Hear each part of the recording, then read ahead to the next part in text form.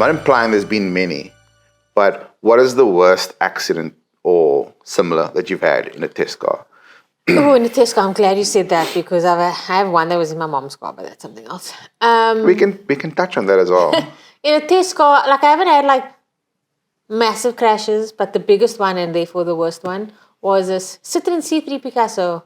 I was on my way home. I was working at Car Magazine and I was doing my BTEC degree like part-time. Well, I had my diploma, but I was doing the last year part-time. So all classes were after hours. So I was on my way home from Tech in Bellville on my way to Stamfontein. For those who know Any of these places. the route is R300.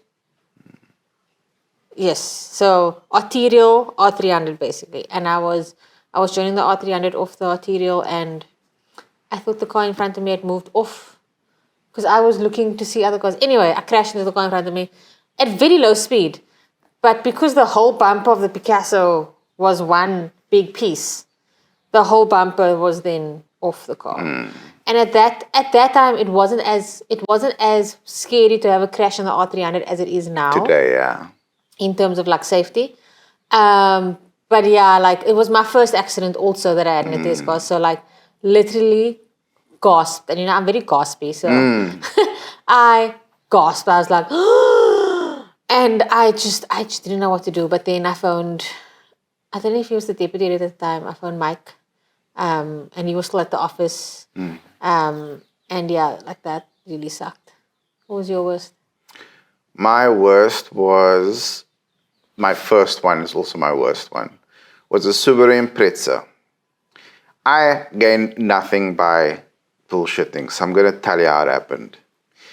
I had a long-term WRX hatch, and it was due to go back, one and done.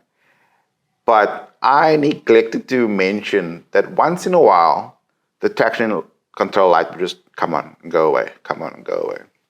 And I thought maybe it's just buggy. This is a long time ago, so, my bad. This is probably 2009 or 10. You met me in that car, believe it or not.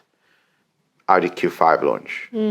But anyway, so I forgot about it, didn't care about it. And the day we shot it for the last time, in so many ways, Painskloof, and the light came on and I ignored it because we weren't doing anything, because we drove fast a lot of the time. But that day it was like a wrap-up photography.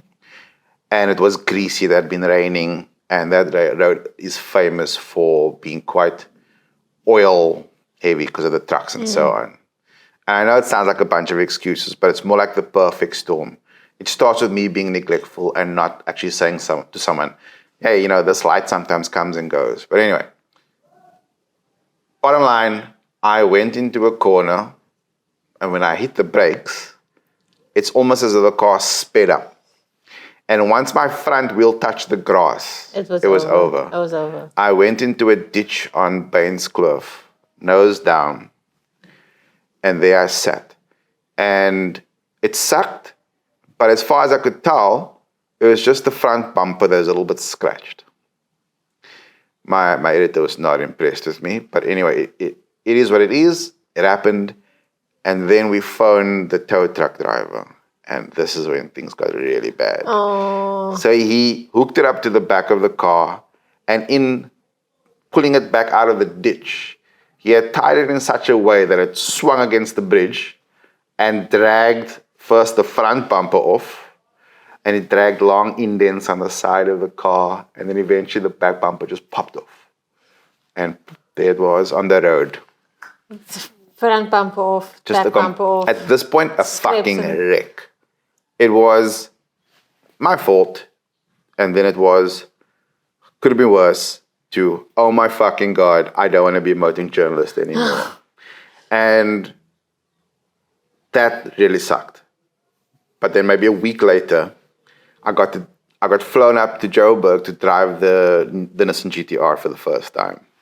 And Veralda, who was the PR at the time, would later on tell me, she watched me like a hawk because all she knew was this is the guy that crashed the Subaru. Oh, shit. And you won't believe in this industry how a reputation will stick with you for the longest time. I went to quit. I was like, nope, not for me. I'm going to do something completely different. But I'm glad I stuck And it also, out. Ronaldo's like one of like Well, the now she's my loveliest best people. friend. Yeah. She's like one of like your closest friends. Yeah. Like, yeah. So what was your other crash in your mom's car? My mom's car.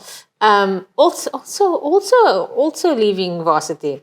I think that's the common thing. You just don't go Guys, tertiary education, it's it's just not worth it.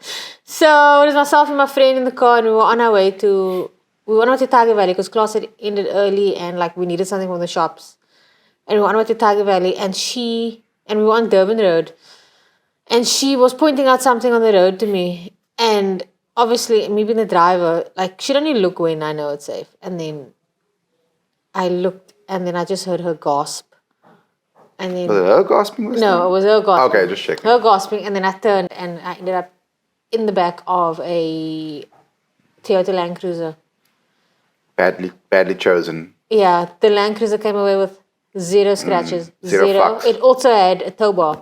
So my mom's Nissan Sentra had a front nose that was then in. It was just in. I know people like that. Yeah, that was not fun. I had to tell my mother. I phoned and I cried on the phone, and then she said, "No, it's okay." And then when I got home, she's like, "I didn't know it was this bad." So yeah, so that wasn't fun either. Now, did you crash because you're a woman? No. Okay. Now that we've covered that, so One segue. why don't we have more women in this industry of mine? Help me understand. I think it's a very intimidating industry because it's many of the things that happen are dick measuring contests. And and you guys don't have dicks. We don't have dicks. Not assuming. Wait, actually, I'm sorry. Not assuming. I'm sorry. It's really fine, ladies, if you have a dick. Yeah, so the women that I know in the industry do not have any dicks. So there's like none of that can happen. But also it's a very like, it's a scary industry for women to be in because like you never, like, I can't speak for all women in the industry, I can speak for myself. I never felt good enough. I never felt like fast enough. I never felt like I knew enough. I never felt like I wrote well enough. Also had things that validated those feelings. And I just like, and it wasn't like a super like welcoming industry like for women.